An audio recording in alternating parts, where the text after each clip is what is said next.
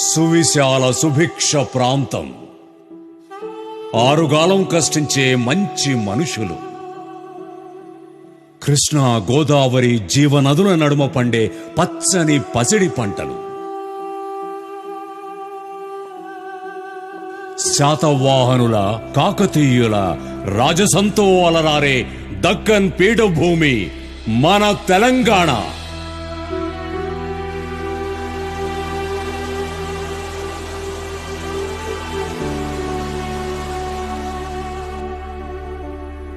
ఐదు దశాబ్దాల పాటు రజాకార్ల దౌర్జన్యాలపై తెలంగాణ సాయుధ రైతాంగం పోరాడిన తీరు ప్రపంచంలోనే అత్యున్నతంగా నిలిచింది.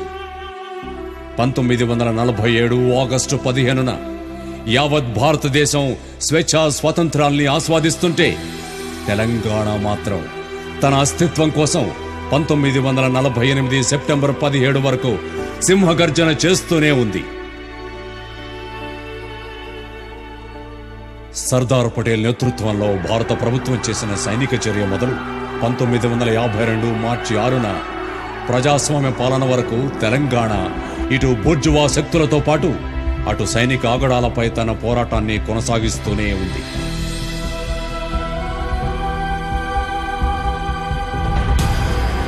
అయితే ఈ స్వతంత్రాన్ని కబళించడానికి వలసవాదులు కాచుకున్న సత్యాన్ని ఆనాడు గమనించలేకపోయింది తెలంగాణ. ఇలాంటి ఒక అస్పష్ట, అనిశ్చిత, అయోమయ పరిస్థితుల్లో మెతుకు సీమ దుబ్బాకని ఆనుకుని ఉన్న చింతమడకలో 1954 ఫిబ్రవరి 17న రాఘవరావు వెంకటమ్మ పుణ్య దంపతులకు ఒక యోధుడు జన్మించాడు. తెలంగాణ ఇస్ మై బాద్షా. ఇది జనమా తెలంగాణ ప్రభంజనమా? ఇద్దరి కార్యక్రమం రాజీనామా అంటే టీఆర్ఎస్ ఆత్మ గౌరవాన్ని మేల్కొల్పే సూర్యుడు ఉదయించాడు. మా ప్రాణం పైన సరే పోరాడతాం. ఉద్యమాలకు సరికొత్త దిశను చూపించే మహాత్ముడు నడిచొచ్చాడు. అనేక అవమానాలు సహించిన వాళ్ళం, లక్ష్యాన్ని చేరుకున్న వాళ్ళం. కష్టపడి తెచ్చుకున్న ఈ రాష్ట్రం 600 సరే అన్ని విధాల అభివృద్ధి చెందాలి.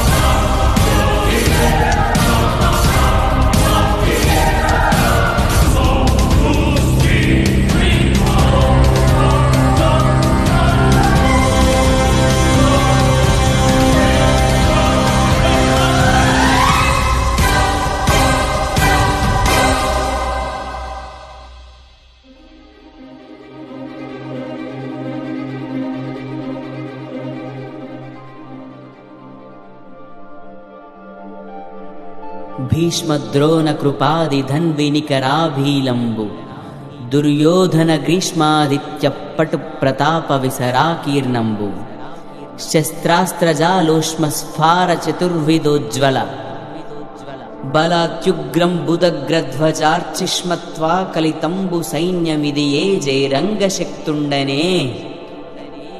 చింతమడకలో ప్రాథమిక విద్యానంతరం దుబ్బాకలో రాఘవరెడ్డి సారింట్లో ఉంటూ ఉన్నత విద్యను అభ్యసించే రోజుల్లో మహామహా అవధానులు సైతం తడబడే కఠోర పద్యాలను రాగరంజితంగా పాడిన సహజ సిద్ధ ఏక సంధాగ్రాహి చిన్ననాటి స్నేహితులు ముద్దుగా పిలుచుకునే శేఖర్.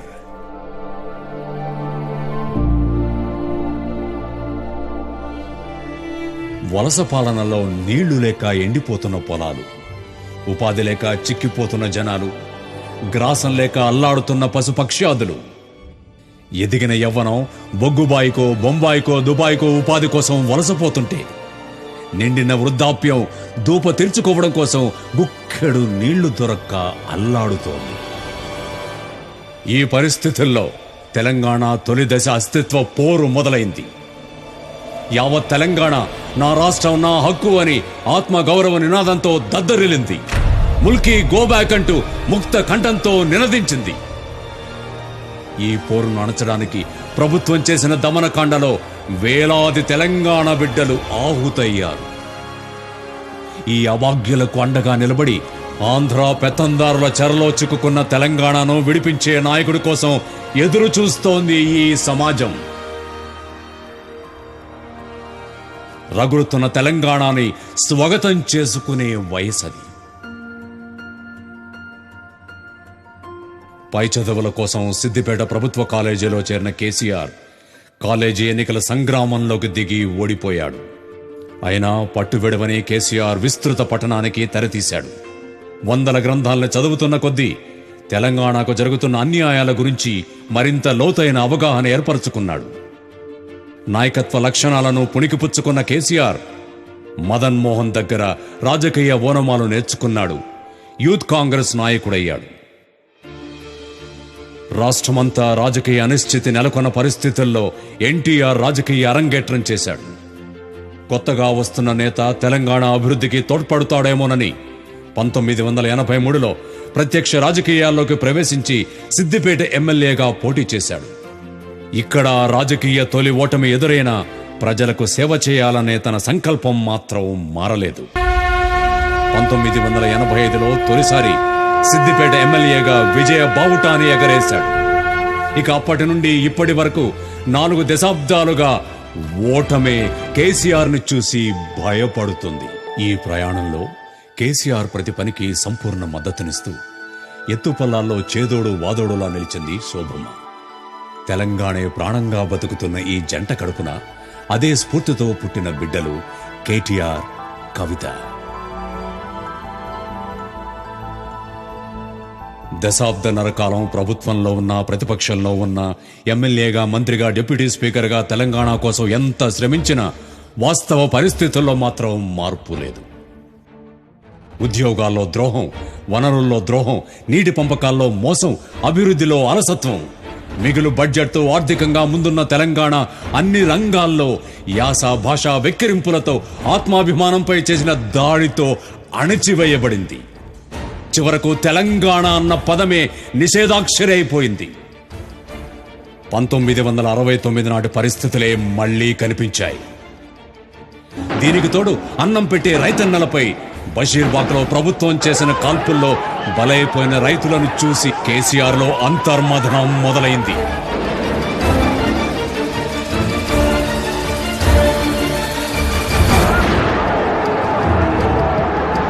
వలస పార్టీల్లో ఉండి తెలంగాణ అస్తిత్వాన్ని కాపాడుకోలేము అనిపించింది. జయశంకర్, కాళోజీ, బియ్యాల జనార్దన్ లాంటి ఎందరో నాయకులతో కలిసి తెలంగాణ వాస్తవ పరిస్థితుల విముక్తికై ఉద్యమించడానికి సంకల్పించాడు కేసీఆర్. ఏప్రిల్ 27, 2001 స్వరాష్ట్రం కోసం మొట్టమొదటి అడుగు. ఆత్మగౌరవం కోసం ఏకమైన గళాలు. జై తెలంగాణ, జై తెలంగాణ, జై జై తెలంగాణ నినాదాలతో జలదృశ్యం మార్మోగిన రోజు. ఆ ఉద్యమ నినాదాల్లో టీడీపీ ప్రాథమిక సభ్యత్వం, ఎమ్మెల్యే పదవి, డిప్యూటీ స్పీకర్ పదవుల్ని కేసీఆర్ తృణప్రాయంగా విసిరేసిన రోజు. తెలంగాణ అభివృద్ధి తెలంగాణ రాష్ట్రంలో మాత్రమే సాధ్యం అనేటటువంటి దృఢ నిశ్చయానికి, కృత నిశ్చయానికి వచ్చి తెలంగాణ రాష్ట్ర సాధన కోసం ఉద్యమించడం కోసం ఈనాటి ఈ తెలంగాణ రాష్ట్ర సమితి ఆవిర్భావాన్ని నేను మీ అందరి హర్షధ్వానాల మధ్య ప్రకటిస్తూ ఉన్నాను. జై తెలంగాణ నినాదమే ఆత్మ గౌరవంగా మలిచిన రోజు. అలు పెరగకుండా పోరాడి తెలంగాణ సాధించిన టీఆర్ఎస్ పార్టీ ఆవిర్భవించిన రోజు. తూటాల్లాంటి మాటలతో యుద్ధానికి సిద్ధమైన కేసీఆర్ ను చూసిన ప్రజల్లో స్వరాష్ట్రం కోసం మళ్లీ ఆశ చిగురించింది. 2001 మే 17 కరీంనగర్ వేదికగా టీఆర్ఎస్ చేసిన సింహ గర్జన రాబోయే విజయానికి తొలి సంతకమైంది. 2001 జూన్ 1న మహబూబ్ నగర్, జూన్ 2న నల్గొండ, జూన్ 4న నిజామాబాద్, జూన్ 5న నిర్మల్, జూన్ 21న వరంగల్, నవంబర్ 17న ఖమ్మంలో నిర్వహించిన ప్రతి బహిరంగ సభ జనాలతో పోటెత్తింది. A call to the people of Telangana that you please ask them, you question them whether they are for Telangana or not for Telangana. KCR అనార్గళ వాగ్దాటితో, అద్భుతమైన వాదనా పటిమతో, అహింసే ఆయుధంగా చేసిన ప్రసంగాలు సభలకు హాజరైన లక్షలాది జనసందోహాలతో పాటు యావత్ తెలంగాణ తమ ఉద్యమానికి సమర్థ నాయకత్వం దొరికిందని సంబరపడింది.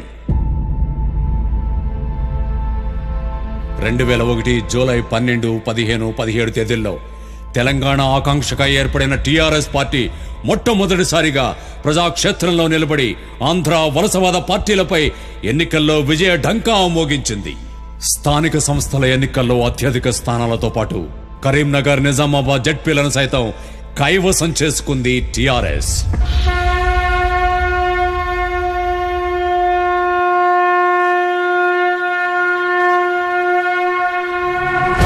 ఇది చూసి ఓర్వలేని ఆంధ్ర ప్రభుత్వం వలసవాద పత్రికల్లో విష ప్రచారం మొదలుపెట్టింది. తెలంగాణ ఉద్యోగ అవకాశాల్లో దోపిడీని అరికట్టేందుకు 610 జీవో అమలు కోసం గిర్గ్లానీ కమిషన్ ఏర్పడేలా గళమెత్తాడు కేసీఆర్. 2001 సెప్టెంబర్ 22న తాను రాజీనామా చేసిన సిద్దిపేట అసెంబ్లీ ఉప ఎన్నికల్లో భారీ మెజారిటీతో గెలిచి శాసనసభలో టీఆర్ఎస్ మొదటి శాసనసభ్యుడయ్యాడు.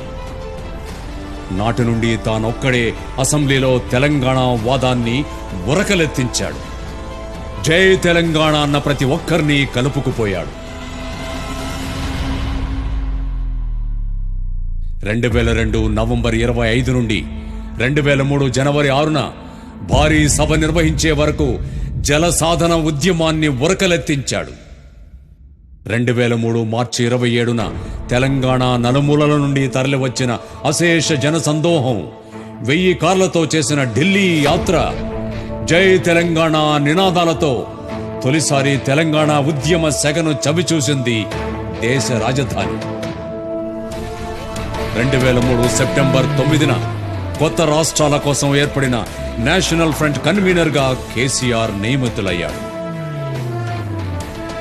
జాతీయ పార్టీ అయిన కాంగ్రెస్ ను సైతం జై తెలంగాణ అనిపించి తెలంగాణకు అనుకూలంగా మార్చాడు కేసీఆర్.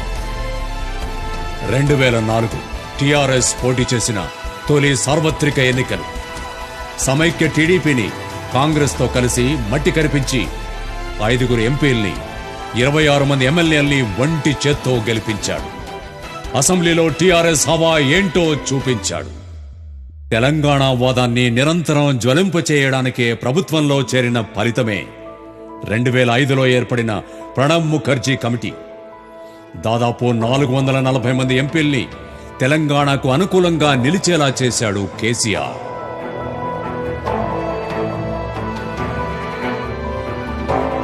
2006 సెప్టెంబర్ 12 తెలంగాణ ఇస్తానని మాట మార్చిన కేంద్ర కాంగ్రెస్ ప్రభుత్వ విద్రోహానికి నిరసనగా కరీంనగర్ ఎంపీ పదవికి రాజీనామా చేసి మళ్లీ ప్రజల్లోకి వెళ్లాడు KCR. UPA government has betrayed the people of Telangana in protest of the non-compliance of the promise made by the UPA government. I am tendering my resignation.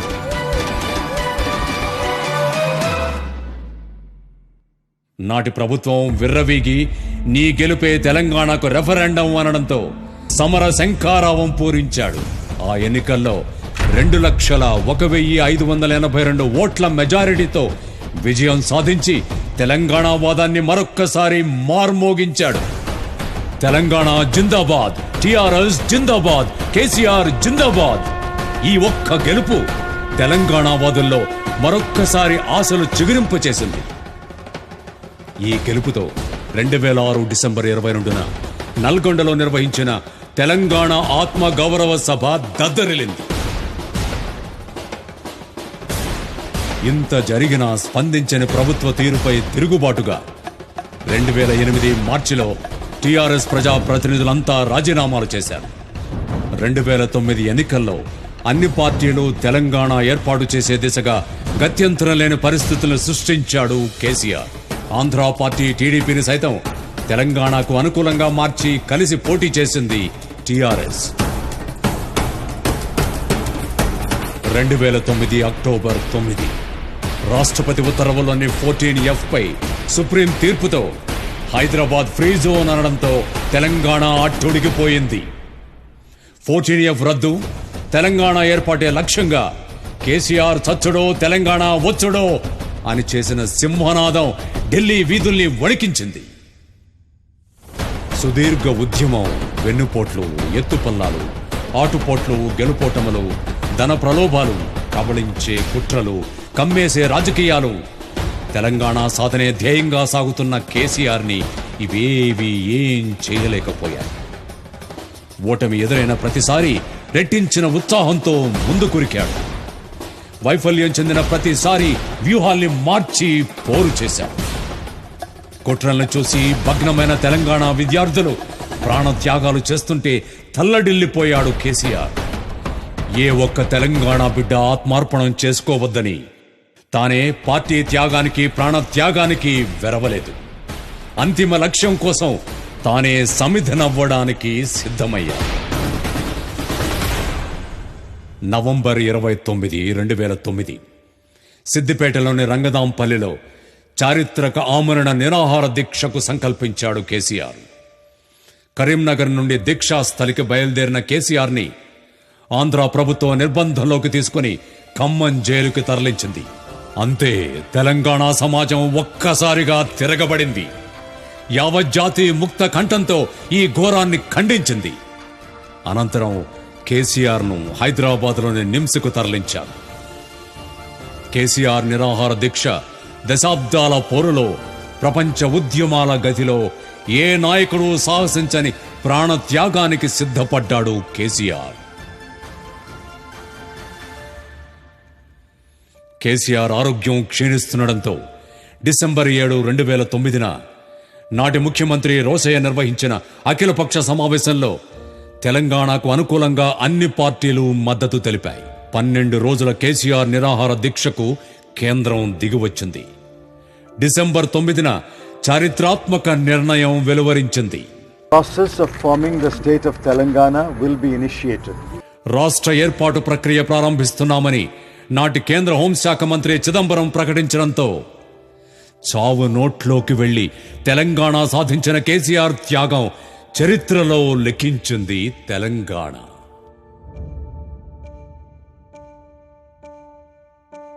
సంబరాలు అంబరాన్నంటాయి. జై తెలంగాణ నినాదాలతో పిల్లాజల్లా సందడి చేశారు. కానీ ఆ సంతోషం ఆవిరి చేసేలా సమైక్య కుట్రలు మళ్లీ మొదలయ్యాయి. డిసెంబర్ 23 సీమాంధ్ర కుట్రలతో ఆగిపోయిన తెలంగాణ ప్రక్రియను ఉరకలెత్తించేందుకు మరోసారి ప్రజలకు ధైర్యం అందించాడు కేసీఆర్. ఫిబ్రవరి 14, 2010 ఇచ్చినట్టే ఇచ్చి వెనక్కి లాక్కున్న కేంద్ర ప్రభుత్వంపై తిరుగుబాటు ఎగరవేశాడు. మోసపూరిత శ్రీకృష్ణ కమిటీ విధి విధానాల్ని విభేదిస్తూ మళ్లీ రాజీనామాలు చేసి ప్రభుత్వంపై ఒత్తిడి పెంచారు టీఆర్ఎస్ ప్రజాప్రతినిధులు. చరిత్రలో కనీ విని ఎరగని పోరాట రూపాలకు అంకురార్పణ చేశాడు KCR.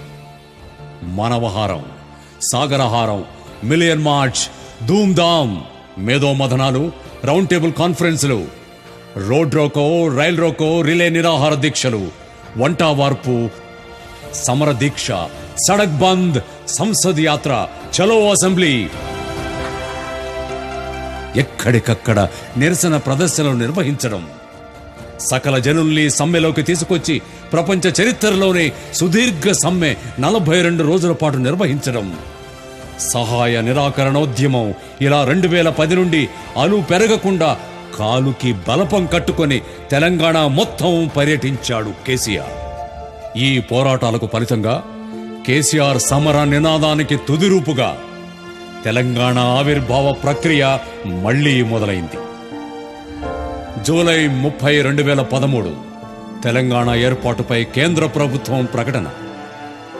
October 4, 2013 group of ministers కు కాంగ్రెస్ యాంటోనీ కమిటీ హైదరాబాద్తో కూడిన తెలంగాణ ఏర్పాటుకు అనుకూలంగా లేఖ. డిసెంబర్ 2, 2013 తెలంగాణ ముసాయిదా బిల్లుకు కేంద్ర కేబినెట్ ఆమోదం. సాయంత్రం నేను ఢిల్లీ వెళ్తున్నా, రేపు నేను వెళ్తున్నది ఆంధ్రప్రదేశ్ రాష్ట్రం నుంచి వెళ్తున్నా, తిరిగి వచ్చేది 100% డెఫినెట్ గా తెలంగాణ రాష్ట్రంలోకే వస్తా. ఫిబ్రవరి 19, 2014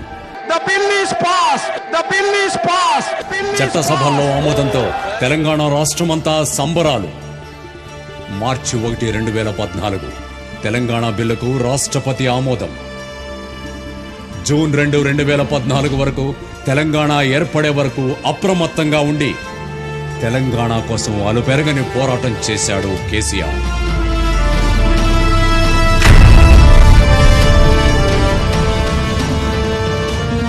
2014 ఎన్నికల్లో తిరుగులేని విజయాన్ని సాధించి తెలంగాణ రాష్ట్ర తొలి ముఖ్యమంత్రిగా ప్రమాణ స్వీకారం చేశాడు కేసీఆర్. కల్వకుంట్ల చంద్రశేఖరరావు అనే నేను శాసనం ద్వారా నిర్మితమైన భారత రాజ్యాంగం పట్ల నిజమైన విశ్వాసం, విధేయత చూపుతానని నా కర్తవ్యాలను శ్రద్ధతో, అంతఃకరణ శుద్ధితో దైవ సాక్షిగా ప్రమాణం చేస్తున్నాను.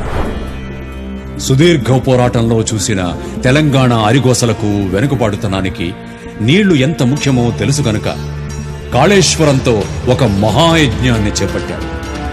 రికార్డు స్థాయిలో తన తొలి హయాంలోనే ప్రాజెక్టును పూర్తి చేసి దాదాపు 32 లక్షల ఎకరాలను సస్యశ్యామలం చేశాడు.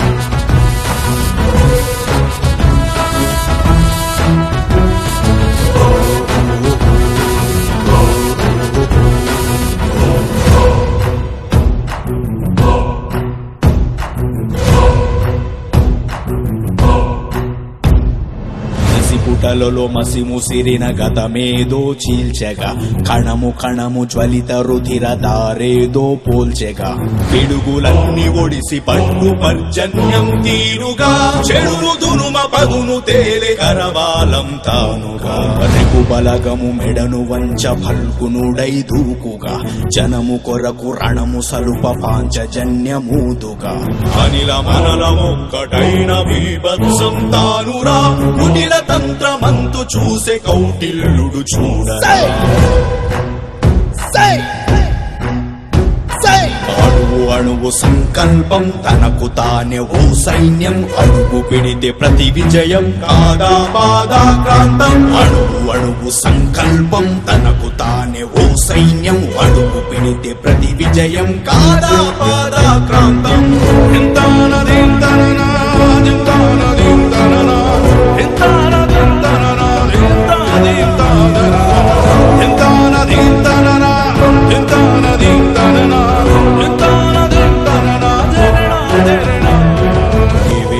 కనులా వేసారు కలలా, కోశేదో తీర్చేటి ఆశగా మారే, ప్రతి గుండె సభగా ఎనలేని ప్రభగా, సరిలేని కనుడై అడుగేసేను చూడే, అలసిపోని ఆయుధమల్లే నడిచాడే, ఆశయాల దారుల్లోనా నడిపాడే, ఒక్కు పట్టు పట్టినాడే, పురువాల తిరిగినాడే, ఉద్యమానికి మీరులు దిన రుద్రమ వారసుడే.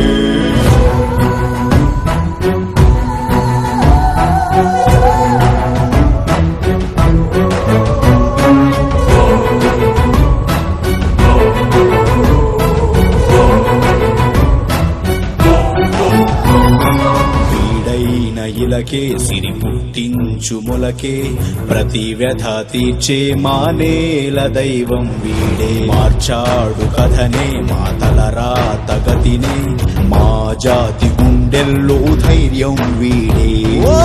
మిన్ను మన్ను మురిసి చూసే మహారాజే, కన్న తల్లి తీరుగా మారి మము కాసే, అల్లమాడే పచ్చని పాట పండు ముసలి నవ్వుల పంట, కాలమంతా నివ్వెరపోయే నువ్వే సుచరిత. పుటలలో మసి ముసిరిన గతమేదో చీల్చెగా, కణము కణము జ్వలిత రుధిర దారేదో పోల్చెగా, పిడుగులన్నీ ఒడిసి పట్టు పర్జన్యం తీరుగా, చెడును దునుమ పదును తేలె కరవాలం తానుగా. నాకు చేతనైనా కాకపోయినా నా కట్టె కాలే వరకు తెలంగాణకు అన్యాయం జరిగితే చివరి శ్వాస దాకా కూడా పులిలాగా లేచి కొట్లాడతా తప్ప పిల్లిలాగా ఉన్నాను. ఎట్టి పరిస్థితులలో 600 ఏ విషయంలో కూడా తెలంగాణకు అన్యాయం జరగనివ్వరు.